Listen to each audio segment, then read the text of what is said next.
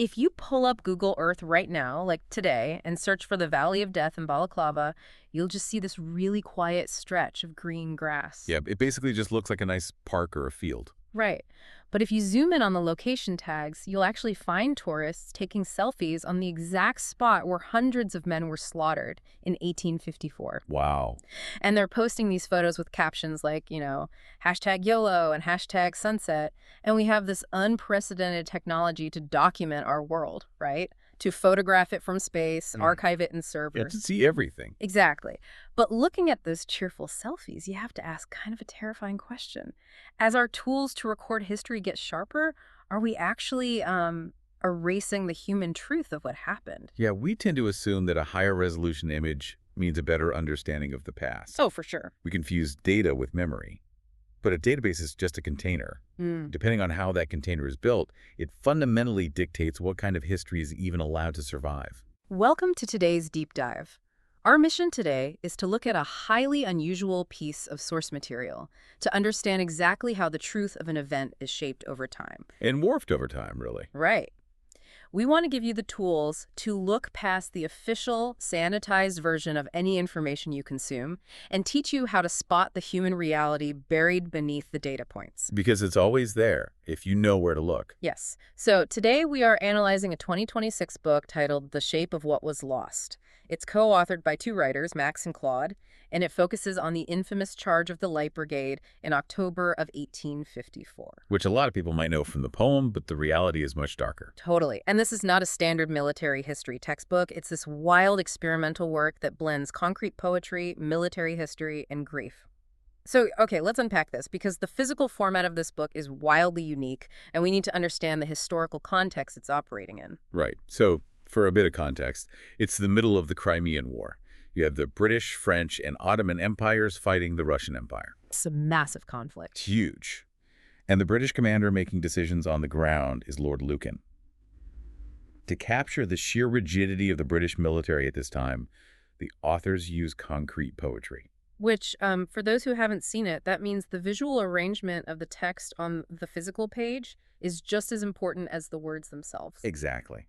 The book opens on the morning of October 25th, and the text describes 673 men arranged, quote, like words on a page before the story begins. And you literally see the text on the page organized into these perfect, rigid formations, parallel lines of text representing the cavalry squadrons. It's striking to look at. It really is.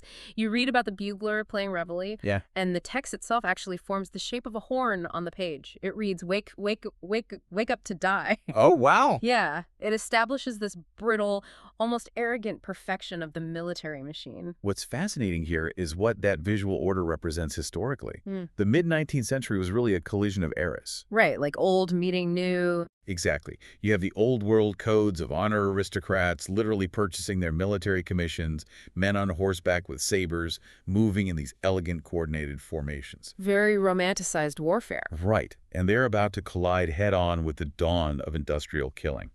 The book describes Lord Lucan receiving the fatal, highly ambiguous orders to attack the Russian artillery positions. And the text details him folding the paper message once, twice, 3 times until it's small enough to hold the weight of what it commands. That's a powerful image. Yeah. Those 3 words, attack the gun, are the catalyst that will basically unmake 673 stories. And as the charge begins, the visual layout on the page physically shifts. Oh, this part is incredible. The block of text representing the men funnels into a single, dense arrow pointing toward the bottom of the page. And then the Russian artillery opens fire. I actually struggled to visualize this concrete poetry until I thought of it like this. Imagine those pristine cavalry formations as a perfectly typed, grammatically flawless sentence. Oh, I like that. A sentence where every single word knows its exact place in the syntax. Right. And then the Russian crossfire is like a broken typewriter violently smashing into that pristine sentence. Just tearing it apart. Exactly. It drops periods indiscriminately across the page.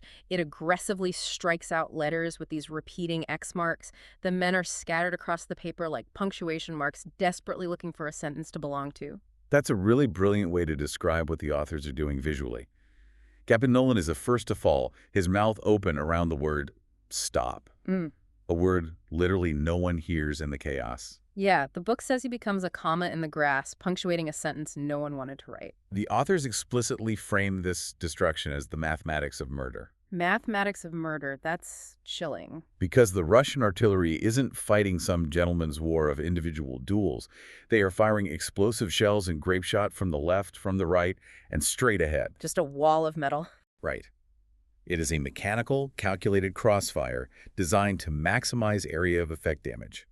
It shatters that old-world poetic order instantly and replaces human valor with industrial geometry. And the valley is described as being shaped like an open book, spine down, just catching what falls from the sky.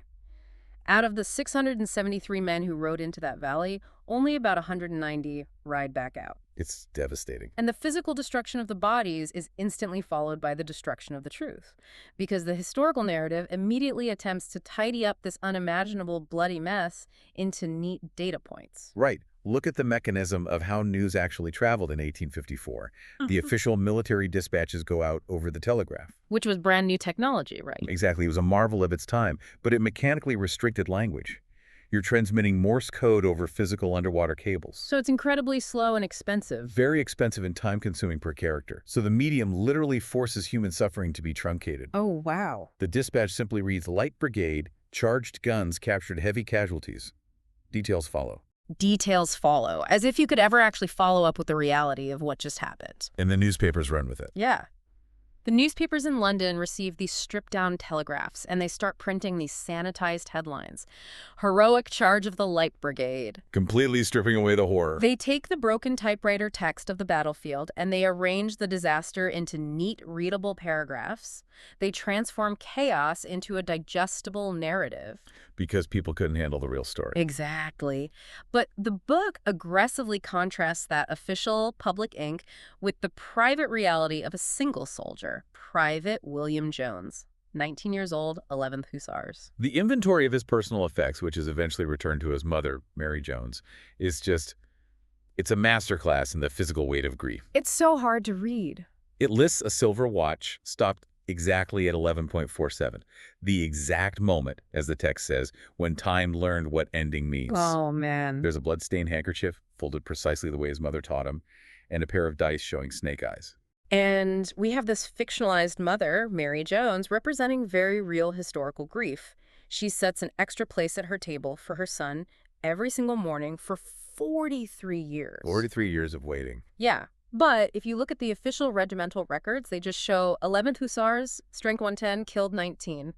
So I have to ask, where exactly is the data field for a mother waiting by a window for 4 decades? It's not there. Right. How does a military database capture a silver watch stopped forever at 11.47? It fundamentally cannot. A military ledger requires standardized columns, name, rank, status. Black and white. Yes. It rejects unstructured emotion. The dispatches and the ledgers, they organize society and allow the military apparatus to keep functioning, but they strip away the emotional truth. They have to, or the machine stops. Exactly. The real weight of history is hidden in the margins. It's in the unfinished letters home. And the book beautifully illustrates this tension by shifting focus to Florence Nightingale at the Scutari Hospital, where the wounded were sent. Okay, yes. She is walking past bed 49, observing Captain Morris. And he has a severe traumatic brain injury that has entirely rearranged his alphabet. He's writing these totally nonsensical letters, right? Like a jumble of consonants and the word beautiful, more random letters, and the word mother. Right. To a military official checking readiness reports, that is just brain-injured babble. It's useless data to be discarded. But the nurse keeps those letters. She files them away because she recognizes that this incoherence is its own kind of poetry. I love that part of the book. Sometimes trauma speaks in languages that haven't even been invented yet. The official record demands coherence. It demands a beginning, a middle, and a heroic end. A neat little bow. But grief is inherently incoherent. It loops, it stutters, it makes absolutely no sense. But society simply cannot hold on to raw, bleeding trauma for long.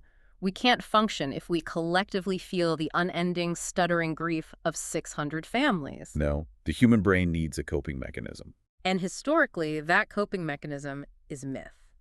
As the decades pass, the witnesses slowly die out. Private Whiteman dies in his sleep.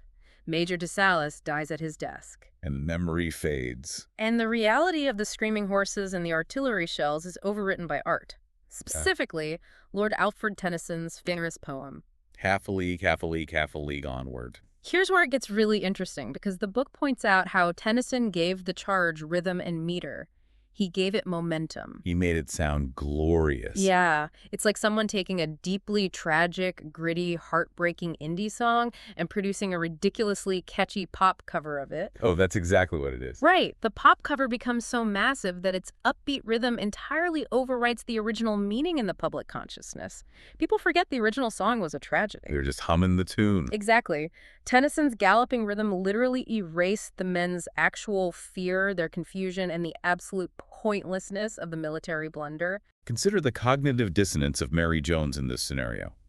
She hears children in the London streets reciting the poem, playing on wooden hobby horses, shouting the famous lines, "There's not to reason why." "Theirs but to do and die." And she just wants to shake them and say William reasoned plenty. He wanted to know why the orders made no sense. He wanted to live. It's infuriating. But the poem has become more real than the event itself. Tennyson provided a cultural salve. He turned victims of incompetence into willing martyrs for the empire. And the book tracks this erosion of truth all the way into our modern era, and the progression of how we store information is honestly chilling. It really makes you think about today. It does. Think about the digital footprint you're leaving behind right now.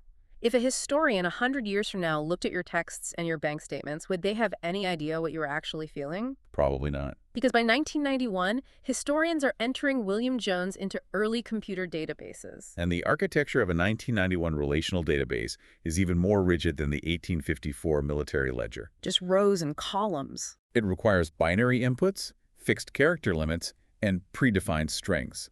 19 years of breathing, laughing, and fearing are literally reduced to 8 lines of digitized text. A 1 or a 0 for survived or killed in action. That's it. That's all that's left. And then the internet age arrives. By 2010, the event is reduced to Wikipedia edit wars. You have users with random screen names arguing over the semantics of whether the charge was technically a success because they reached the guns or a failure because they retreated. It becomes a debate club topic. The reality of the event just flickers between versions based on consensus reality. British was right back to the 2020 satellite imagery from Google Earth. High definition, pinpoint accurate geographic data of the valley. The selfies. Tourists take selfies on the exact coordinates where hundreds were slaughtered. And the social media algorithms automatically suggest engagement tags like #sunset, #blessed. It's so bleak. The algorithm is designed to maximize dopamine and ad revenue. It completely misses the historical context. It misses #William, #19, #still waiting. We gain geographic resolution, but we completely lose the picture of humanity. And traditional narrative fails to capture this level of historical decay. You can't just explain this numbness with standard paragraphs. No, which is why the authors literally break the physical structure of the book itself. Across its 333 pages, which the authors note was a number chosen to make the reading experience physically exhausting, to mimic the endurance of grief, the syntax simply starts to dissolve.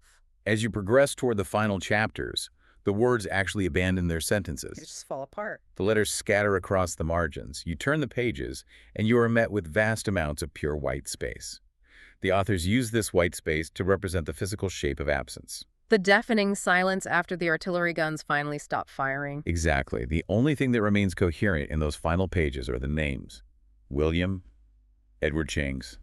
Just repeating. Page 273 is just the word William printed hundreds of times. It becomes concrete grief. The shape sorrow makes when it gives up trying to be anything else, when it literally runs out of grammar. But then you reach the notes on this book section at the very end, and we get this massive fourth wall break. The big reveal. Yeah.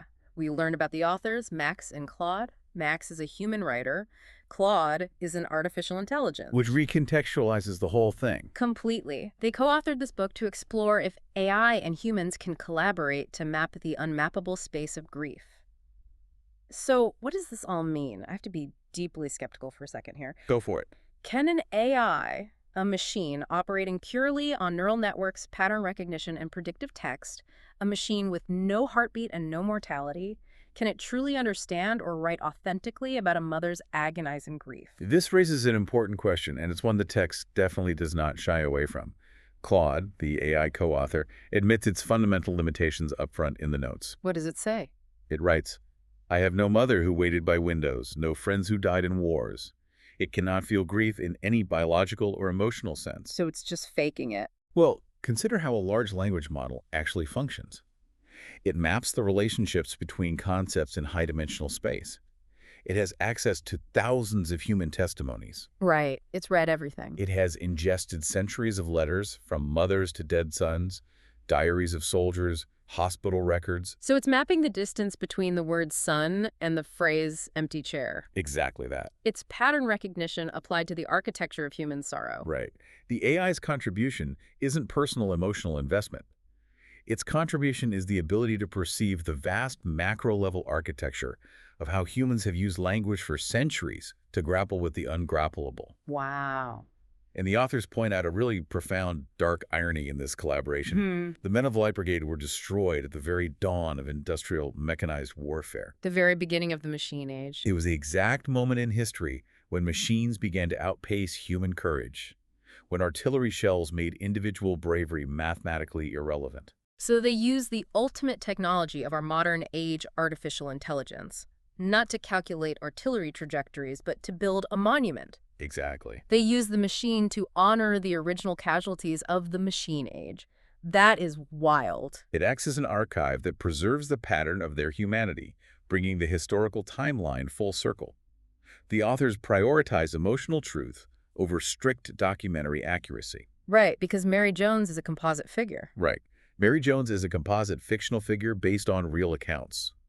They argue that sometimes fiction can approach historical truth much more closely than a database can. Because fiction addresses the subjective experience of the loss. Rather than just the objective casualty count, yes. It totally reorients how you view the whole text. We started with 673 men sitting on horses in perfect, arrogant, parallel formation. Looking like words on a page. Right, and we watched them shatter into chaos under the mechanical crossfire of industrial cannons. We saw their individual, messy humanity erased by the constraints of telegraph dispatches. Sanitized by Tennyson's galloping poetry. And then flattened into the rigid schemas of modern databases. And we ended with a physical book literally dissolving in our hands into pure white space, co-written by a machine trying its best to trace the outline of human loss. Because history isn't just a record of what happened. It is a mirror reflecting what a society chooses to preserve, and the technological constraints of how they choose to preserve it. Right. Every military battle, every casualty statistic you read represents the transformation of individual love into collective quantified loss. I really want to connect this directly back to you listening right now. Every single day, you are bombarded with statistics. Data points about the economy, trend lines about global conflicts. Annotated news stories, algorithmically generated feeds designed to just keep you scrolling. It is incredibly easy to consume all of that information and entirely forget the messy, unquantifiable reality it represents. It's too much to process otherwise. Yeah, but this deep dive is a reminder to look for the white space. Look for the human element, the stuttering incoherence behind the numbers you consume, because every single one of those data points is someone's William. They are the quiet realities, the folded handkerchiefs and stopped watches that databases are simply not designed to hold. Which leaves us with one final thought to mull over today. If our modern lives are increasingly entirely recorded in data fields, in algorithms, in satellite images, and GPS histories, what happens to the unquantifiable white space of your own life? That's a haunting question. Decades from now, when the algorithms summarize your personal history into a neat little digital paragraph, what personal equivalent of a stopped silver watch or a pressed rose will be left completely out of your official record? The things that actually matter. Exactly. We like to think our digital footprints make our history permanent, but maybe the most important parts of your life are the ones the database was never capable of capturing in the first place.